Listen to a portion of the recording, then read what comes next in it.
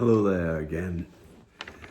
Well, I read a piece out the other evening, and I thought I would actually break it down a little bit more tonight, just speak a bit more about it, just sort of off the cuff. So I've got the article here, but what I'll do is I'll read a little bit and then tell you a little bit more about it. So the article was, this is a short reflection on sugar, grief and release. And it came after a major realization for me. So here we go. It says here, I am consciously releasing pleasures that subvert and destabilize and actively inviting pleasures that nourish. Now what that's about is that there was a realization that I just love everything sweet. I mean, literally everything. I could eat a box of chocolates in 10 minutes. I could eat a whole plate of biscuits. I could eat a whole cake, particularly if no one's looking. So it really came, I think there was something about that, there's no real pleasure in sugar. And I had to go back and say, no, there's a huge amount of pleasure in sugar. And what the realization was then, that the last couple of times that I've done a diet, which took me down from about 18 stone down to about 13.4, which seems to be the weight that I get down to, then I start having things like sugar in coffee again. And basically it was pointed out to me, so sugar in coffee leads to biscuits, leads to cakes, leads to bread and sandwiches, on and on and on it goes. As you may know, bread metabolizes in the human body as sugar. So it's you might just as well eat sugar. And I think a small bowl of rice is equivalent to 10 teaspoons of sugar. So crazy stuff, really. So then the realization came. I'd listened to an artist called Ren, and he had spoken about the 5 stages of grief, and realized that, wow, this was very, very relevant, that this ending of the relationship with sugar was just like the ending of any other major relationship. And for me, it's a relationship that's lasted 74 years, because that's my age. Let's see if we can find, so how does that sort of fit? So the first of these 5 stages is denial. And I guess that would be, well, surely I don't need to go this far. You don't need to sort of cut sugar out completely. Why can I not have honey in coffee, etc.? So that's the first stage, denial. The second stage is anger. Oh, well, why the heck should I have to give this up?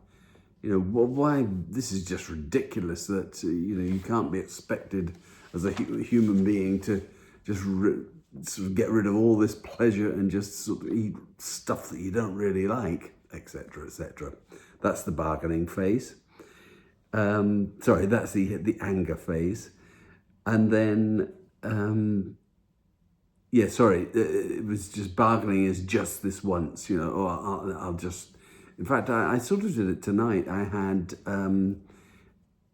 my partner had bought some sugar, which is SHUGA, and I thought I'll try that in my coffee because it's supposed to not be like normal sugar. I think it's stevia mainly. But to be honest, I didn't like it. I miss that bitter taste of the coffee that I've got used to. I just drink it black now.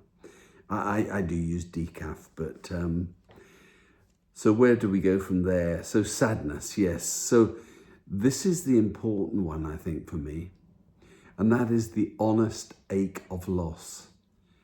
Because I went in, we were going in the shop. I've actually restarted eating meat via venison for the first time in my life. I haven't really eaten venison before, and the shop that we bought it had just restocked up on all their flapjacks, biscuits and all the rest of things. And I was looking at them, and I actively had a feeling of loss around it. And then eventually acceptance. So, 21 days into this this process that I'm in, and I've actually written about it on Facebook. I'll put a link to the Facebook article actually. 21 days in, I'm finding that I just am loving everything that I'm eating. So for example, today that was avocados, eggs, a little bit of chopped raw salmon in there, smoked salmon, and some miso and black pepper. So there we are, that's what I had today. And then I had my red cabbage banquet. I won't go into all the ingredients of that, but it's absolutely beautiful. It's raw and it includes apple cider vinegar. So yes, I'll maybe put a picture and go through maybe even a making of it actually, because it's quite exciting to make. So yeah, for someone truly entangled with sugar, it's not about moderation. So basically, the acceptance really was not resignation to not eating sugar, but really absolute clarity about just what sugar was doing to me and how I actually now started to feel, having lost 14 pounds in 16 days, suddenly feeling a lot of things. Obviously a little bit thinner. The most important thing of all has been the mental clarity. At 74, one tends to be a little forgetful and fuzzy-headed, but I had thought that was being 74, but it's not. It's obviously been because I have been just eating absolute rubbish for so long that my body is sort of almost is just sort of disappearing under the waves because of it. So yeah, so there are cravings, so they will arise. I mean, to be honest, they're not really very much, but don't think of that as failure. They are just what they are. They are cravings. They are grief in motion, which is, and the nervous system adjusting to a new truth, which I really like. That's part of the article as well. And like all grief, honestly met, these cravings will pass. So there we are, fantastic. So this is then a decision to not sort of leave pleasure behind, but to have a quiet return of pleasure that nourishes rather than undermines.